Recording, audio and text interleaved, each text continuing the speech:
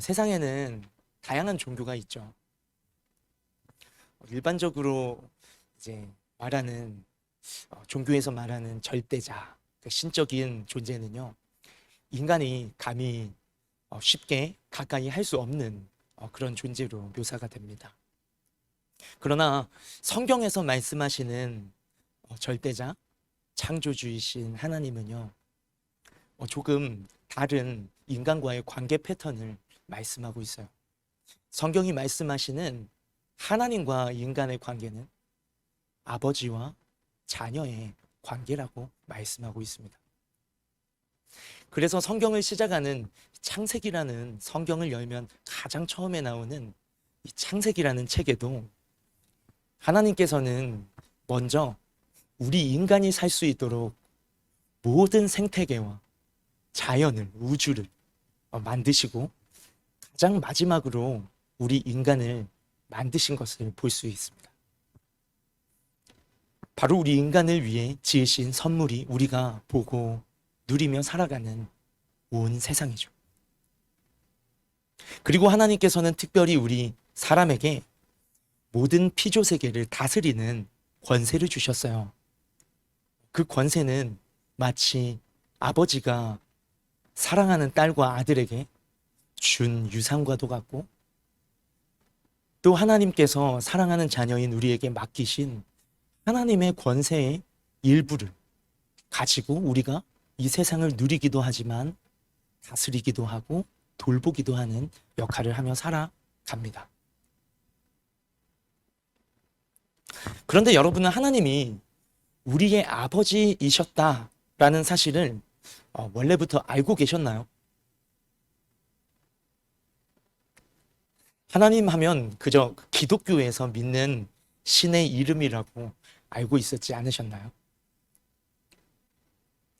어쩌면 많은 분들이 하나님 했을 때 우리의 아버지라는 것이 선뜻 이렇게 다가오지 않으실지도 모르겠습니다. 그 이유는 바로 인간의 죄 때문입니다. 죄는요, 인간이 스스로가 하나님이 되어 하나님을 떠나버린 상태를 죄라고 성경은 말씀합니다. 하나님을 떠나서 하나님의 질서를 따르지 않고 거슬러 인간의 욕망을 쫓아 살아가니 인간 스스로도 파멸, 또 자연도 파괴가 되어가고 있는 것이 오늘날 이 땅의 현실이죠. 여러분, 죄인은요, 죄인인 모든 사람들은 스스로 하나님이 되어 살아가요. 무슨 말이냐 하면 내 인생의 주인이 당연히 나 자신이라고 생각을 합니다. 하지만 여러분, 우리 솔직하게 한번 스스로에게 질문을 해봅시다. 내 인생의 주인이 나라고 한다면 여러분, 우리 인생의 뜻대로, 내 뜻대로 되는 것이 얼마나 있습니까? 생각해보면 우리가 이 땅에 태어난 것도 우리의 선택과 상관없는 것이었어요. 또 언제 찾아올지 모르는 한 번의 인생의 끝에 있을 그 죽음도 우리의 선택과 책임 안에 있지 않습니다. 이 탄생과 죽음만 보더라도 본래 우리 인간이, 우리의 생명이 우리 자신의 손 안에 있는 나의 것이 아니라는 것을 증명하고 있는 셈이죠. 성경은 하나님을 떠나 스스로 하나님 되어 살아가는 죄인들의 인생의 끝은, 마지막은 영원한 죽음이라고 말씀합니다. 이 성경이 말하는 죽음은요, 우리가 알고 있는 육신의 죽음을 포함해서 영원토록 하나님과 단절된 채로 겪게 되는 고통을 말합니다. 그러나 하나님께서는 인간을 죽음의 길로 향하도록 내버려 두지 않으셨어요. 인간의 죄 문제를 해결하고 이 영원한 죽음에서 건져내시기 위해 당신의 아들이신 예수 그리스도를 이 세상에 보내주셨습니다. 예수님은, 하나님의 아들이신 예수님은 완전한 인간이시면서 또 동시에 완전한 하나님이시기에 죄가 조금도 없으신 분이세요. 우리 죄인은 우리가 당하는 죽음이요, 그냥 죄의 결과로서, 죄의 형벌로서 당하는 죽음일 뿐이지만요, 죄 없으신 예수님의 죽음은 2000년 전 십자가에 달리신 그리스도 예수의 죽음은 모든 죄인을 죽음에서 구원하시는 영광스러운 죽음이 되셨어요.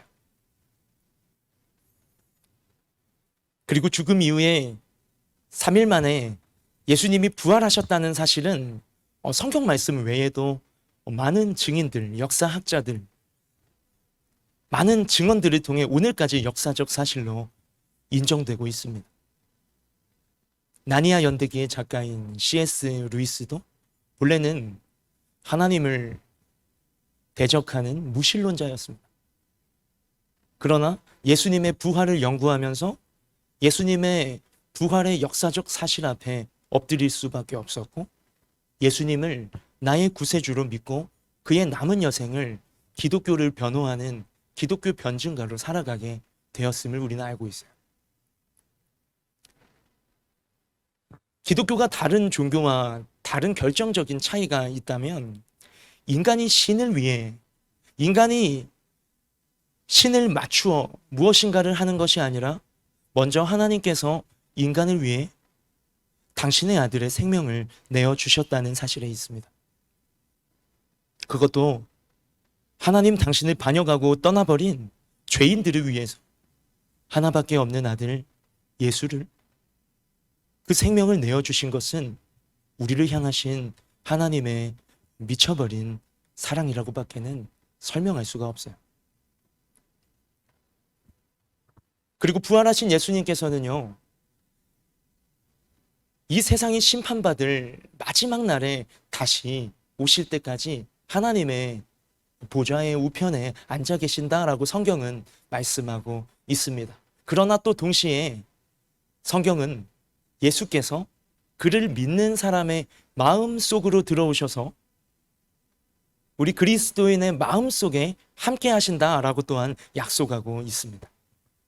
그렇다면 지금 나 자신과 예수님의 관계로 돌아와서 나의 인생을 두고 저의 질문에 한번 답해 보시기를 바랍니다. 예수님은 지금 어디에 계십니까? 저기 저 하늘에도 계시겠지만 여러분의 마음 속에도 예수님이 함께하고 계신가요? 만약 지금 저의 이 질문에 I don't know 또는 not yet 이라는 생각이 드신다고 한다면 오늘 이 말씀은 당신을 위한 말씀입니다. 요한계시록 3장 20절 아주 짧은 말씀이에요. 그러나 기독교 믿음 생활의 핵심이 들어있는 아주 중요한 구절입니다. 계속해서 띄어놔 주셨으면 좋겠는데요.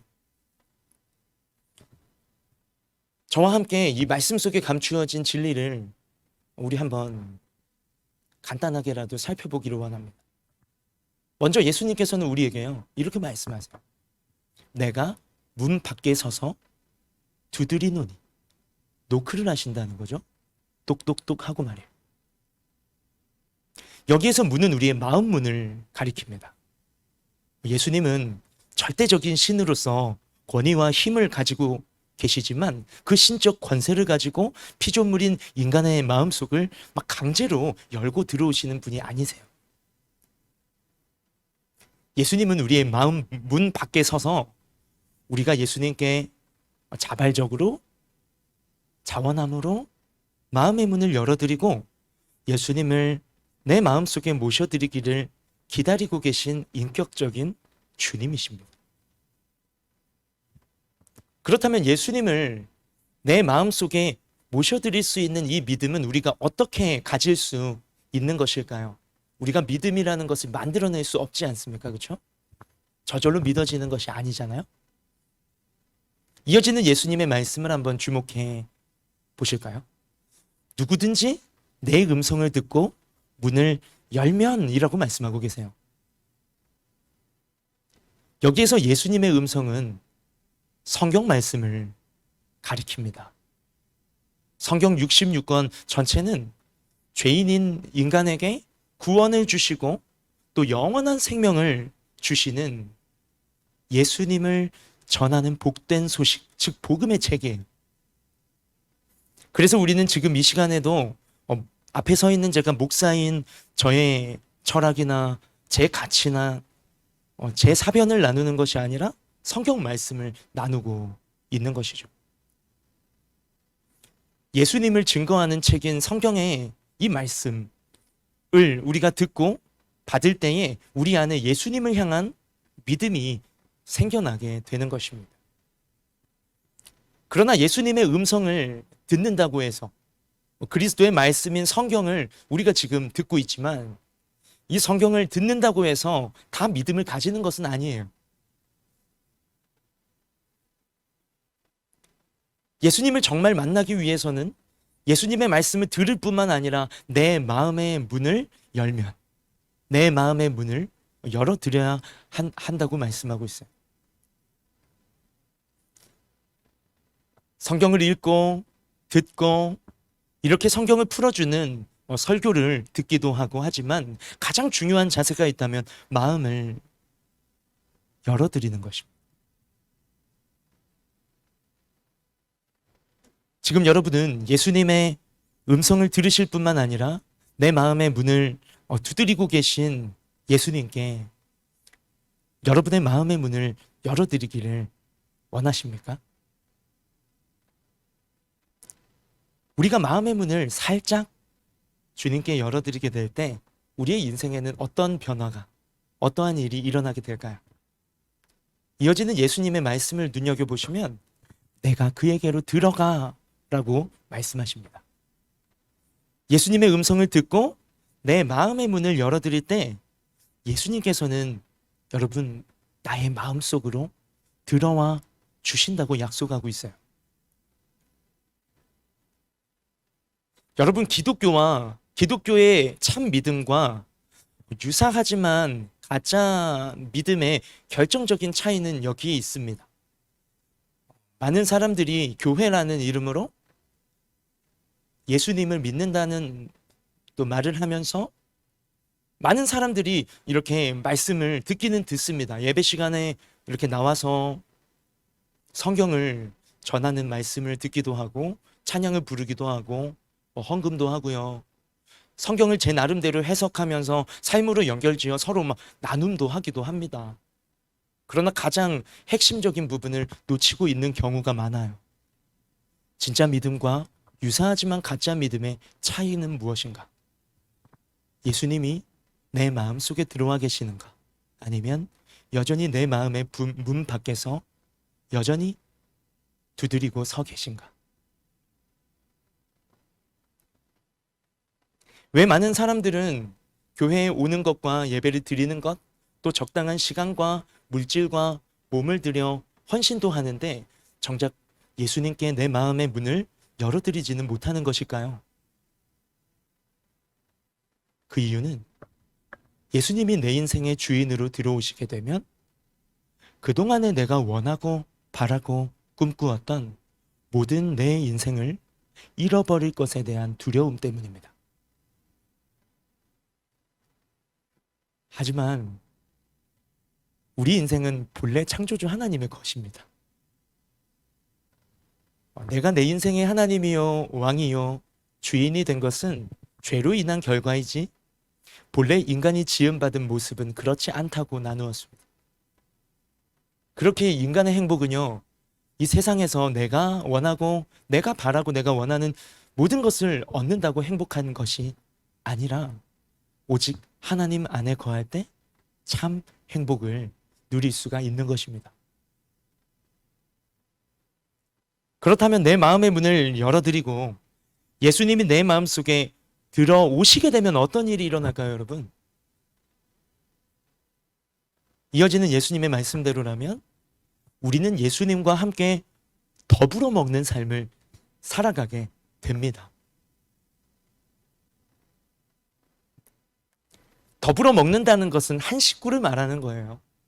그렇죠? 한 테이블 위에 밥을 차리고 나란히 수저를 놓고 포크를 놓고 먹여주기도 하고 먹기도 하며 마주보고 대화하며 온기가 느껴지죠. 더불어 먹는다는 것은 바로 이런 것이고, 서로의 마음을 알아주고 마음을 나누며 동행하는 인격적인 관계의 누림을 의미하는 것이에요. 예수님을 마음의 중심에 모셔드리고 주님과 더불어 먹는 삶을 살아가는 것, 이것이 기독교가 말하는 진정한 믿음 생활입니다. 여러분은 나를 지으신 분, 나를 죄와 죽음에서 구원하신 분, 나에게 영원한 생명을 주시는 구주 예수님을 내 마음의 구원자로, 또 내 인생의 주인으로 모셔드리기를 원하시나요? 그렇다면 이 시간에 우리의 마음 문을 예수님께 열어드리고 예수님을 우리의 마음속으로 초청해 보십시오. 예수님은 멀리 계시지 않고 이미 벌써 우리의 마음 문 밖에서 서서 오랫동안 기다리셨어요. 지금도 내 마음의 문을 두드리고 계시죠. 어떤 특별한 감정이나 우리가 대단한 어떤 결단이나 주를 향해 이렇게 살겠습니다 하는 어떤 대단한 조건이 필요한 것이 아니에요, 여러분. 그저 주님이 우리에게 원하시는 한 가지가 있다면 우리의 진심이에요. 예수님은 진심으로 내 마음의 문을 열어드릴 때 나의 마음속에 들어와 주실 것이고 나의 인생을 끝까지 책임지고 인도하여 주실 것입니다. 여러분, 비록 우리의 육신의 눈으로는 예수님을 볼 수 없습니다. 그러나 우리는 오늘 이 요한계시록 3장 20절 한 구절의 말씀으로 주님의 음성을 나누었죠. 이 말씀인 성경을 통해서 우리는 예수님을 볼 수 있고 주님의 음성을 들을 수 있습니다. 그래서 우리가 이 시간에 함께 찬양하고 또 함께 구할 기도의 제목이 있다면 그것은 내 마음의 문을 열어주십시오 입니다. 내 마음의 문을 열어주십시오. 하나님께서 우리의 마음의 문을 열어주신다면 성경 말씀은 그저 하나의 책이 아니라 소설이 아니라 살아계신 예수님의 음성으로 우리에게 들려지게 될 것이고 주님의 음성을 듣고 내 마음의 문을 열어드릴 때 예수님께서는 여러분 안에 들어오셔서 여러분과 영원토록 함께 하시며 주님과 더불어 먹고 마시는 풍성한 생명을 선물로 주실 것입니다. 이 놀라운 주님의 선물을 오늘 이 친구 초청 예배, 레크레이션 하면서 이런저런 선물들도 있고 바비큐 파티도 있겠지만 예수님이라는 가장 귀한 선물을 마음속에 모시고 돌아가는 여러분 모두가 되시기를 간절히 소망합니다.